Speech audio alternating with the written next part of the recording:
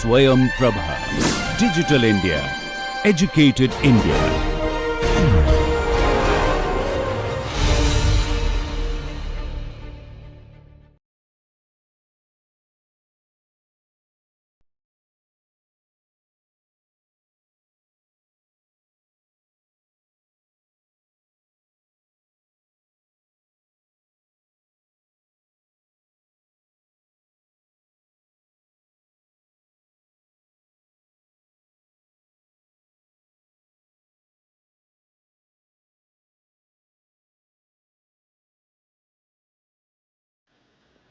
So, hello dear friends. So, welcome back to NPTEL online course on logistics and supply chain management. So, now we'll spend maybe a couple of sessions on discussing the international logistics. I'm Dr. Vikas Thakur, Assistant Professor of Department of Humanities and Social Sciences, IIT Khanpur. So, in this session, we will try to address the basic concepts under international logistics, and then we will see what are the key components. We will go for what are the, we will divide this whole lecture into two parts. First, we will talk about very important, that is your cross border transactions, how the financial transactions will happen, what are the different methods, what are the steps, what are the challenges, because many stakeholders are involved in that long supply chain. So, we will talk about those transactions, right, and then major stakeholders in international logistics consignments, and then we will talk about small case, right. So, let us start with the international logistics. So, you can see that international logistics is an increasingly important discipline for the global economy, as more companies leverage it to reduce cost and take advantage of highly specialized capabilities in different regions, countries, right, worldwide. And when we are saying that, it's one part where we can take the advantage. So, just I will elaborate little bit on this. If you see, the initially also we divided this total supply chain into three major stakeholders. One is your suppliers, another one is your manufacturers, and then finally we have customers. Now, we are saying that this is international network, right. So, when we are saying that international networks, so obviously minimum we will be having two countries or more than two countries. So, let us talk about the perspective for international logistics for suppliers, for manufacturers, for customers. So, first suppliers. So, I told initially that this is not one supplier, this can be layer of suppliers, where there may be suppliers of suppliers, right, who is supplying the first raw material to the second one is supplying that, processing that raw material, and again at its final product it is providing as a raw material maybe for the next supplier. So, this is how it is going on, right. So, as international suppliers, maybe we have, why we are going for international supplier, this is first question. So, first maybe there is a raw material availability, right. So, easily you are getting the raw material, that is why you are getting going there. Maybe you are getting cheap raw material, then you are going that. Maybe resources, whatever resources we are using for processing that material, for generating that raw material, we are getting easy resources. In terms of, let us say, you talked about your material, you are getting easily. You talk about your manpower, maybe cheap manpower you are getting there. So, then you want to go there, right. Maybe in terms of technology as well, in terms of market, right. So, when you are going overseas, these are few reasons why you are going overseas. So, my suppliers, let us say there are pros and cons, right. If I am having localized suppliers, anything happens wrong in the distribution network, right. So, even if I am having local suppliers, still I can ensure the supply, smoothly supply of that raw material, but because it is very near to me and we can implement just in time as well, no need to maintain the inventory, safety stocks, and that cost also we can reduce, right. But if your supplier is overseas, that means in advance you need to plan the inventory. Let us say it is taking 10 days for any shipment, for completing that replenishment cycle, when your inventory is reaching to your store, it is taking 10 days, right? And if anything goes wrong in between those 10 days, anything can happen, right? So then your whole production will be stopped. So this is one very crucial point when you are going for overseas suppliers. But other hand, let's say I'm looking for some lighting solutions, and you know Chinese market is well known for lighting solutions, and I'll get the fair quality at a very, very reasonable price, right? And if I'll say compare with the local vendors, so they are charging very high. Obviously their cost of production is very, high, because of the technology they are not using at that efficient level, or manpower, resources, skills required, they are not using at that level, right? So this is the plus point when we will go overseas. Maybe the quality of raw material we are getting overseas is better than the local one, right? These are some of the pros and cons when we are saying, when we are going for overseas suppliers. Let's say manufacturer. Manufacturer is also not single manufacturer. There may be so many co-manufacturers also in that, right? So let's say these co-manufacturer. Now, why any US apparel industry wants to set up their manufacturing hub somewhere in maybe Pakistan, or maybe Bhutan, or Bangladesh, Nepal? Why they are picking those strategic locations? The very basic reason is, first is raw material availability, then the skills required, then the third thing is cheaply they are getting all these resources as manpower, as raw material, and then they are processing it. And this is how Walmart is making it happen, that with $5 t-shirt they are selling that $5 t-shirt in US market, right?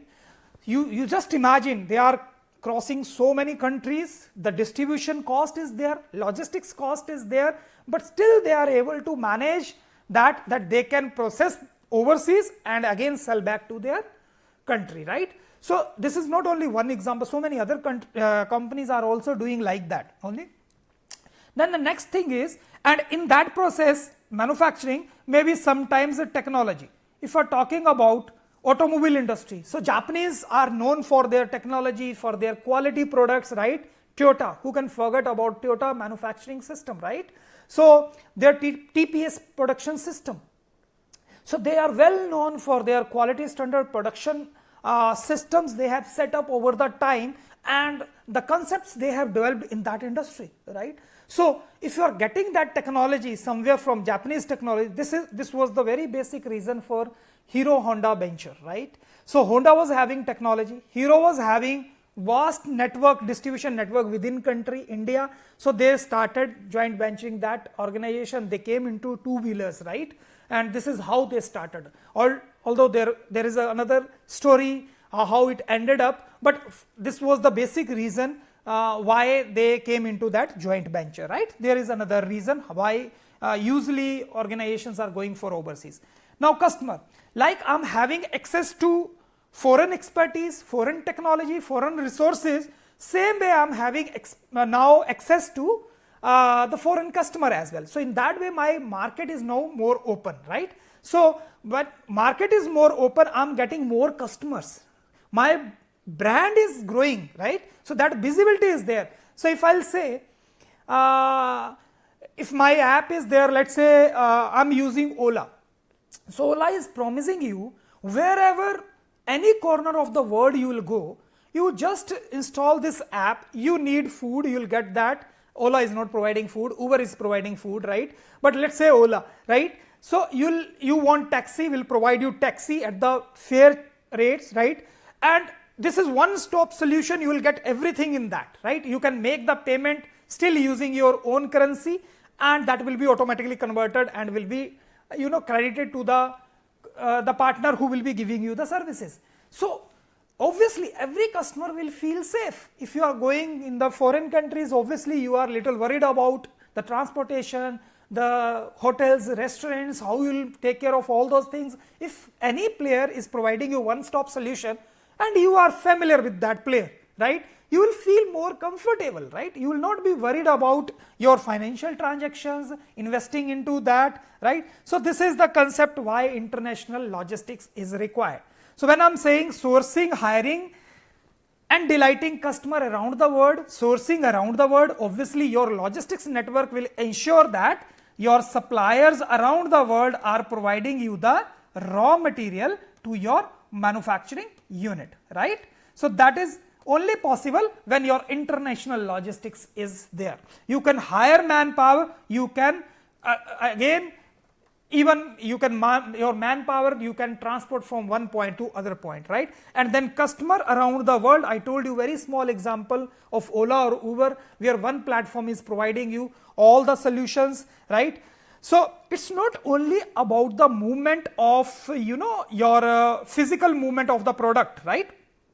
It talks about your movement of money and information. This is important. That's why I told you, when you are making online transaction, and if you are in UK, US or some other country, so if you are using still Ola or Uber, right? Uber is there. So if you are using in India Uber, you are using there as well Uber. So you will feel more comfortable. Even if something goes wrong, you are not getting the taxi, that amount is debited from your account, even then it will be credited later on.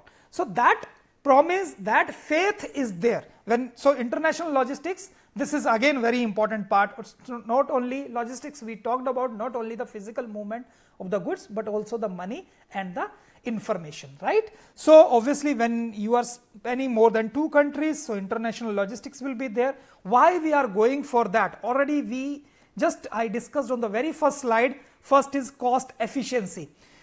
There are challenges because when you are going overseas, multiple tax structure is there, tariffs, duties are there, long distance cost will be there, right? These all costs will add up. Then you need to take care of regulatory frameworks, right? Complex system you need to. So that means all these challenges will add up to the cost, where you will talk about cost efficiency. But still, because I told you, there are so many companies are doing like that, okay? I remember if you talk about sunflower oil or other raw material which we are producing in India, we are sending to some African countries and again importing the finished product in India, and that is cheaper than what we are processing the same material here in India and selling back to Indian market, right? So there are so many examples that we can, if we will go overseas, obviously the market will open up for us and we can leverage on those efficient resources and we will be cost efficient in the end. If you talk about reliability, there is a misconception about this local rule that if something goes wrong, how you will trace, even if shipment is coming and on the way something goes wrong, right? So your whole lot is gone. This is not only the lot is gone, maybe your next shipment is awaited for next maybe 20 days. So for 20 days, what you will do, right? So that reliability, how you can rely on the foreign sources in terms of raw material, in terms of foreign market. So then there are challenges. Sometime maybe there is demand from the foreign market, so you are prepared for that and you can mitigate those. All those things are there. But what if there is no demand? So then we need to pick which strategy we will go for, that when we are exploring the international markets, right? We have different strategies. If we have continuous demand, we should start our own distribution network. When we are not sure about the demand, it is fluctuating, then we can outsource somewhere. Right now this much we can understand, right? When we talk about relationships, so reliable, efficient operation, it's easier to build friendships and making friends in many places, right? So now instead of in your manufacturing plant, you are not focusing only on one vendor. Now we have vendor 1, vendor 2, vendor 3, vendor 5, vendor n, right? So if anything goes wrong in this part of the world or in this part of the world, still we have these many vendors, we can survive with our distribution network, right? So in some cases, an international logistics may be one competitive advantage that attracts international customers, right? And maybe when we are having low differentiation in terms of USPs, when we are talking about, then we can do fairly well in these international markets, right? So just to give you that experience of international market, So here I have included some video links. You guys can just quickly go through these videos and then we'll continue our discussion on the topic. Right. So this you can see as many players, stakeholders are involved, and then the very timely solution is there provided by your Amazon Global Logistics. So let's try to understand what they are saying, and we can see just they have highlighted. We have let's say here we have manufacturer 1 or supplier 1, supplier 2, supplier 3, right. These all are providing the product and we are keeping it in some warehouse, or you can say the fulfillment center, right.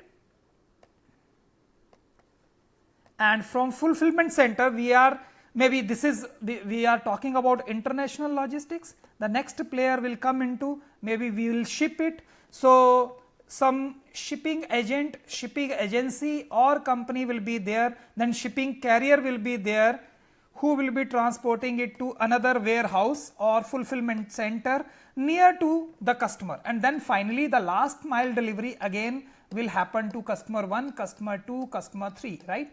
So you can just see how many different players are involved in that. Okay. So suppliers are there, then here also logistics, your transportation come into picture, fulfillment center is there, then there is shipping agency will ship from this port to this port, again the logistics or distribution transportation network will work, will take that inventory to nearest fulfillment center, right. And then you can see from that fulfillment center finally the demand is met. This is how international logistics is working. Now you just imagine working with those so many different stakeholders, players, and internationally. So this managing all that long chain is a big challenge, right. So with Amazon solution you can easily manage that. So let's go through what are the key components as discussed. Key customer clearance. So when you are exporting to different countries, there are some taxes are there, customs are there, duties are there. So you need to be aware about what type of structure they are following. So maybe in one country one kind of maybe services are completely free, in another country maybe up to some level it is free, and then after that they are charging some taxes. In India also recently we have implemented GST, so you need to take care what are the goods coming in first category, second, third, fourth, and accordingly that will be there. So keeping track of all those things, and also not fixed, this tax structure is not fixed, right. Maybe like we are revising, other countries are also revising, so who will be taking care of all those things, right. So this is one big concern in international logistics. Talking about supply chain visibility, somehow up to some extent RFID, IoT sensors still we are not fully utilizing, but RFID has made our life very easy. You might have seen when we are visiting one-stop solution market like your Big Bazaar or Vishal Mega Mart or any type of Spencer stores, right. So they are just tracking with the tracking gun, they are tracking the product, that barcode, and reading that, and full information is provided. The inventory number, what is the inventory level left behind when the product is being consumed, the pricing information, how much inventory is left on the shelf in the store, in the warehouse, right. So that information digitally shared with all the stakeholders, with the manufacturer, that this much inventory is depleted today, I need to prepare for that much inventory for the next day. At the same point of time, the raw material supplier will also get the information that these many products are consumed, so we need to prepare the raw material for next consignment, right. So this is how we can ensure the tracking of the inventory, and we can implement GPS tracking for tracking the when inventory is moving on the road. So we want that real time visibility and tracking, so that we can effectively manage, mitigate, and optimize the logistics operations, right. Again, inventory management in international logistics, like I told you that see, this is international market. So like we are facing fluctuations in demand in the local market, same way we can face the demand there as well. So then how much inventory will keep internationally, that also may be it is little costlier, right. When we are keeping inventory on the ports, maybe little high cost is there.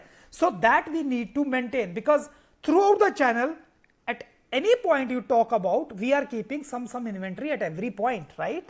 So if you are holding maybe average maybe for 2 hours or maybe 2 days, so if you are asked for maybe holding it for maybe another 1 day, so that will charge high for you. So how we can maximize this services level and inventory turnover, that also we need to keep in mind. So inventory turnover is the total sales, how you are making daily total sales, and the average cost of the inventory you are keeping. That is the formula to calculate the your inventory turnover. And average inventory you can calculate what is your beginning inventory, what is your ending inventory, divided by 2. You can sum up these two inventory and just you can calculate the average. Then risk management with international logistics, like what can be the risk? Geopolitical instability. If there is a political instability, then also there will be risk.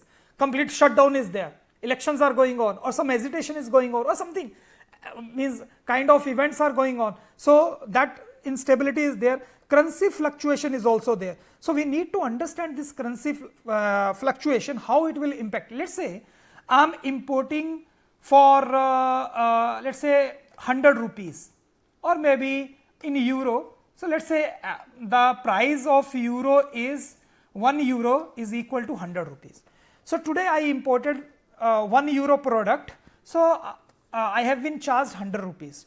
Tomorrow this our currency value depreciated, now it has increased to 105, but still I am purchasing for 1 euro. So that means importing for same product, same amount, I am paying 5 rupees extra. Same is the case with exporting. Let's say I am now exporting 1 euro and will give me 100 rupees, but tomorrow if it is depreciated for same export, now I will be getting 5 rupees extra, right? And if it is appreciating, the effects will be reverse. So this currency fluctuation we need to keep in mind when we are doing the import and export business. So these rates can affect your profit margins up to longest extent, right? So then what are the international trade barriers, natural disasters, supply chain disruptions, local supply chain disruptions also you need to take care. When you are, let's say if you are coming to Indian market, then you need to understand the Indian geopolitical scenario and the disruption in the supply chain, what kind of disruptions can happen in India, or what can be the effect of that, right? So those many things you need to take care. So next key component of international logistics is Incoterms. So international commercial terms are there. So we need to ensure the rights and responsibilities of buyers and sellers. So there can be so many issues when you are making the delivery, something goes wrong in terms of quantity, in terms of quality. If something goes wrong with the transportation, some incident happened in the transportation, then what you will do? Who will be responsible? So risk is either with the buyer or with the supplier. So that also we need to negotiate with the international suppliers. So what if even after recording every aspect and even then there is some dispute? So where we will handle that dispute? If the buyer is from Indian market, supplier is from Chinese market, where we will settle that dispute, right? So you need to take care of the cross-border regulations as well. When we are transporting, already we talked about the regulations, transportation, environment, product safety features, maybe you need to take care. So yeah. So then local culture and language consideration also. So you might have seen, I think the latest ad by Ola or Rapido. So if foreign tourist is coming to India, so even they can book the taxi or auto or whatever, and they can speak in their language, and our drivers can speak in their language, and with AI enabled solution we can ensure that the talk is happening in the perfect way, right? How? So this is a kind of thing, very simple solution, but this will make you comfortable even when you are away from your home. So this will happen only when you have very strong global supply chain network, okay, including your suppliers, manufacturers, distributors, customers across multiple countries, and then you need to ensure the collaboration and coordination among those players. Only then you can optimize your logistics cost, right? And then you can optimize the inventory as well when you are having strong collaborations. So if we talk about sustainability, then obviously worldwide now awareness is being created about the sustainability measures, and customers are also creating, but in some countries, like we talked about the French survey, right? In France, people are more aware about that.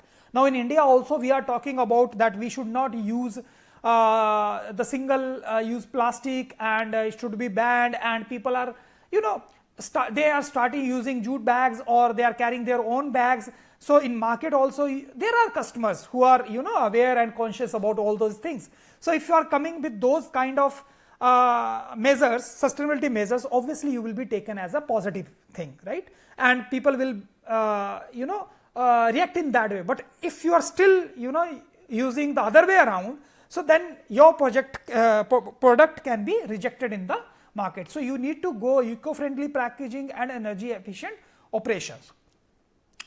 So this is the concept I was talking about, the cross-border transaction. It can be easy as we are doing as customer to customer, or you can make it as difficult as B2B, right, transactions. So that depends upon what is the local scenario. So if we talk about the value of cross-border transaction is to forecast will reach it by maybe $250 trillion by 2027, and we will see it is more than $100 trillion rise in 1 decade, right? So this is as big opportunity. And why? What are the factors? Because international trade and e-commerce. Now there is no concept of Indian market. Whole world is one market. You can buy from anywhere, you can sell anywhere, right? Manufacturers are also expanding their supply chain across the borders, as I talked about, that if you are getting some cheap raw material, cheap or maybe efficient technology or resources, cheap resources, you will shift your manufacturing hub overseas, right? So then we are talking about global investment and asset management. Globally we are managing our assets, right, in a proper way. And now people sitting in the village, they are also accepting the salaries from international players, right? So international workforce, international market. So this whole market is one market. It is being treated like this. So these are some of the factors which are pushing us for this, right? Let's quickly go through what are the steps for cross-border transaction. First is purchase and initiation. This is how it is happening, right? So we'll start the purchase cycle, okay, and we'll start the transaction. Then routing and processing. So the payment information transaction is sent by an encrypted gateway, and your bank is connected with that gateway, right? So transaction is processed quickly and efficiently if your bank is connected with that common gateway, right? Then payment verification is being done. It is verified and approved, or maybe sometimes declined by the receiving bank if you are not having sufficient funds in your account, right? Because not only if you are maybe transferring 500 euros, the cost is somewhere around, let's say, 45,000. So you need not to maintain only 45,000. There are some transaction charges. Maybe you will end up with paying maybe 48,000 or 49,000, somewhere around 50,000. So that transaction charges are also there. Then transaction confirmation happens and it is approved, right, in the next stage. So, or maybe declined, then you will get the message that it is declined. Then transaction fulfillment will happen between the two parties, right? So still that digital transfer has not happened, but yes, it is approved, because digital transfer will only happen through global automated clearing house, which may take maybe 2 to 5 business days to clear that. But yes, once it is approved, your order fulfillment can start. So this is how the financial transactions happen whenever we are going for this. And in the end, tracking is one thing. You can track the status of transaction, reconciliation and settlement, because it will take time. Now what are the challenges? See, we have talked about 7 steps and 7 different stakeholders are involved in that, 7 different players. Every stage, like first player is here, second player is here, third player is here. So that means every stage we are making small halts, which is time consuming, right? And not only time consuming, they are charging as well. even if we are verifying the account, they are charging for that verification.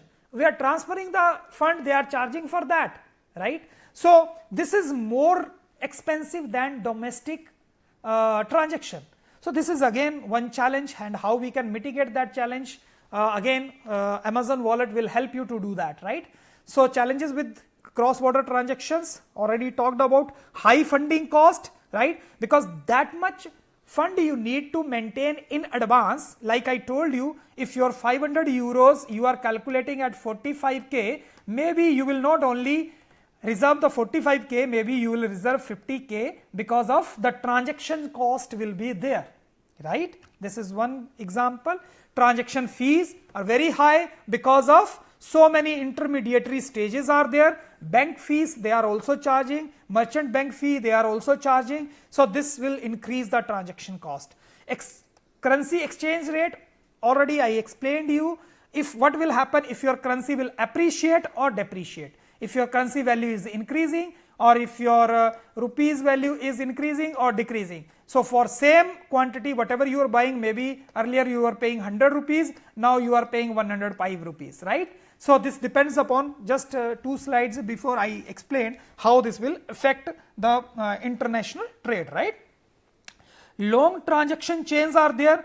Why? Because obviously so many players are there in the network. Multi-currency cross-border transactions, if you are dealing with more than 2 currencies, then so you can just multiply, keep on multiplying the steps, and then every time you are making transaction, actually transaction will happen only between the first party and end party, but in between so many transactions are happening. Every time you are processing that transaction, you are paying extra for that, right? So and then obviously sale tax is there, and as per that local structure you need to understand that. And every time you are selling, you are kind of, if 15 players are involved, 15 times you are selling the same product. Let's say initial cost was 10 rupees, at 15 stages you have added up that maybe 0.5 rupees or 1 rupee, or in the end you are landing up with maybe 18 or 20 rupees in the end, right? This is the tax implication. The limited banking hours, maybe right now we have processed the transaction 24 hours, you can digitally you can transfer, but it will be settled, reconciled only when the usual working hours are going on in that particular bank, right? So if you talk about the foreign market, where the foreign maybe where the time lag is more than maybe somewhere 10 hours, 12 hours even, right? So that much delay will be there when you will be your final transaction will be reconciled. Then fragmented and truncated data formats, different formats we are recording the data, even your addresses, sometimes spelling mistakes or formatting, anything goes wrong, it will be declined, right? And so every time we are kind of encoding and decoding the data only. So this is again big problem. How we can solve this? Only one stop solution, Amazon global market, right? Logistics.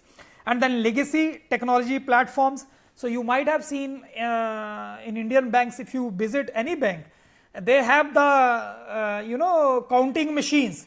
Even they are counting in that machine twice, even then after that manually they are counting the how many notes are there in that particular bundle.